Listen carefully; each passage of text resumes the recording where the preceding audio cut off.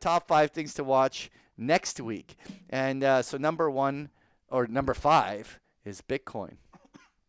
Right. And well, you know what? One thing I've been talking about with my members was that, once 8,000 gave, it's not going to hold.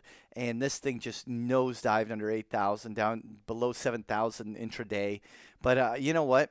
This looks like a deja vu of the drops that were happening all through the latter part of 2018, which is that you get a massive spike higher that lasts like a few days to a week or more, and then just the distribution begins all over again, and then It's a all, spike, and then the distribution all over again. it's almost like it's manipulated.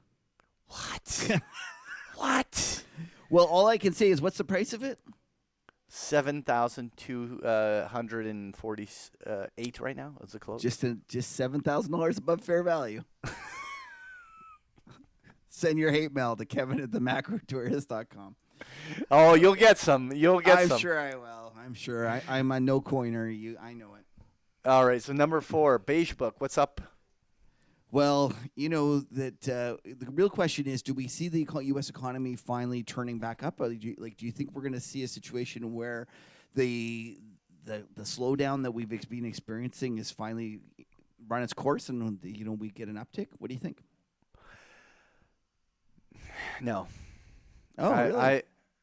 Look. I mean, month over month, there's always room for upticks, but I no.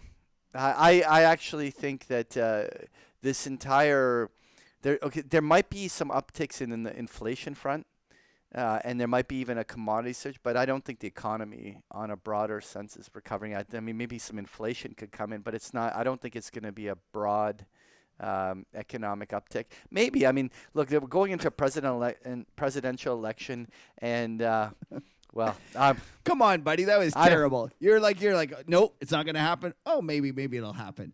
No, I'm on the side of no. Okay, I'll take the other side of it. We're gonna start to see economic numbers in the U.S. that not just the U.S. across the world that are better than expected. All right, let's see. All right, so number three, a little bit of a Canadian spin here. The Canadian bank earnings are up to bat. I mean, it starts with, I think, Bank of Nova Scotia next week, and then the rest of the major banks are going to be following. And, well, I'm going to let you shit on the Canadian banks. Go ahead. Well, I'm not going to, not only am I going to shit on the Canadian banks, I might shit on the whole Canadian economy because although I just told you that the whole world is going to experience an uptick in their economy, I think the one that's going to have the most trouble is our economy.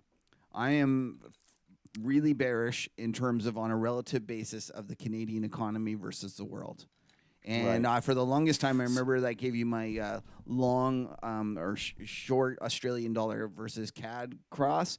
Well, I'm actually looking for currencies to buy against Canada because I think that we're going to see a situation over the coming quarters and years where Canada's economy finally succumbs to the over-indebtedness of the consumer.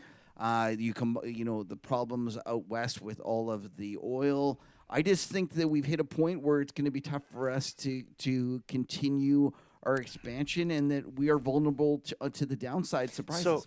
So the one thing to point out there is that just because, and for our listeners to be clear on this, when we're bearish the Canadian economy, it doesn't necessarily always have to manifest in a drop in the Canadian equity prices. It's more of often a currency impact that is the cleaner way to play that. And so a weak Canadian dollar is actually a much easier trade on that than betting on the TSX heading lower. Because, I mean, there are a lot of other drivers that could keep equity prices kind of muddled even though the economy is weakening, right? I don't disagree with that, but the issue ends up being how quickly does the Bank of Canada react to it. And in this environment, with them having so little room, you could get a situation where a slowdown in the economy actually does affect the stock market. And not only that, what's going to go down in the stock market? Is it going to be oil's going to go down? Oil stocks are going to go down more? They're already They're already near zero. You know, There's so so much more. what is priced for perfection? The Canadian No. bank stocks. Oh, yeah. So And I there's such a huge weighting in the index yeah. too. They're going to get their proportion. So although I agree with your kind of comment that you shouldn't confuse the stock market with the economy, I think this might be a situation where the stock market might wow, underperform. I've never heard you this bearish in a while. That's pretty impressive. You know what? It's the new It's Kevin. for the record books, buddy. It's for the record books. It's All the right. new Kevin, the new unencumbered Kevin. Okay, let's go. Number 2.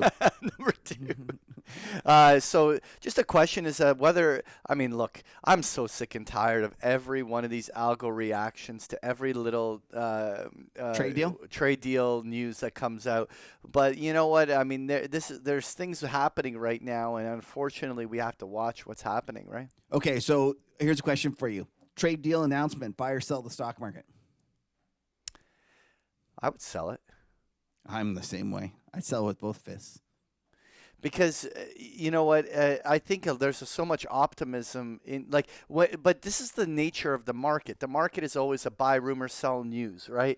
And so, for instance, that could be the same case with Brexit. Like you could, as we approach the elections, as we approach a Brexit deal, the pound may continue to advance, and then in the moment there's a Brexit, then we see the pound give it back. Right, like there's often there's the buy the rumor, buy the hype. Like look where are cannabis stocks? The top was when they legalized cannabis. Yeah, and what a great trade that was to give it to. No, really, honestly, to sell it to them. Like that was a great trade. It was like a textbook. It was a textbook. We should write like a market history book and stick that in there as an example of buy the rumor, sell the news. It is. It's unbelievable how it worked. And so the trade deal, Brexit, all of it could be sell news. And you know what? From a analog perspective, many of these things can shape up into the first quarter of the year, where a lot of that volatility can manifest itself. Well, you know, like it doesn't mean that you have to be bearish here in the tail end of November, but it's anyone who's enjoying this market rally will enjoy it because it probably is on the 8th or 9th inning of its legs, and at some point the market's going to do what the market does best, and that's separate the 99th percentile long asset managers from being overweight the equity market from their money, right? Good way of putting it. Anyway, so number 1, happy Thanks. Thanksgiving to our U.S. Listeners. Yeah, It's the season of low volume and closed midweek markets. that's right. Turkey Day. The whole world basically celebrates Thanksgiving with the Americans. I mean, it influences us because Lena is forcing us to record the show early so that next week so that she can go to Atlanta. Lena, get on here. Lena, this is your fault. No. But you're going where? Atlanta? Oh, never heard that. I've been to Atlanta. That's the Coke place, right? Like where the Coke is from, right? There you go. Awesome. But it's Thanksgiving season, so next week the huddle's being recorded early and will be stale dated, but it is the holidays. It's not Lena's fault. Yeah, it's where we want to blame her. Someone needs to take the fall. You want to blame her, Patrick. Like nobody else wants to blame You want to Lena. be the good guy. You want to be the good guy. It's all right. Lena, have fun down there. Enjoy the turkey. All right, but so Kev, like the trading volumes are very low even on the Wednesday, right? And then Friday, it's just brutal on the Friday, the half day. It's no trading. You might as well shut down. Like all the Canadians basically drink beer it's and almost watch a week football. off. Yeah, That's all we do. We start drinking at like 10 a.m. and we watch football. Yeah. Seriously, like isn't that what you're doing? That's what I'm doing. Yeah. There's just not that much. I'm actually flying out to Vancouver on Friday. Anyway. It's gonna be good. Happy Thanksgiving to all our happy US Thanksgiving. listeners.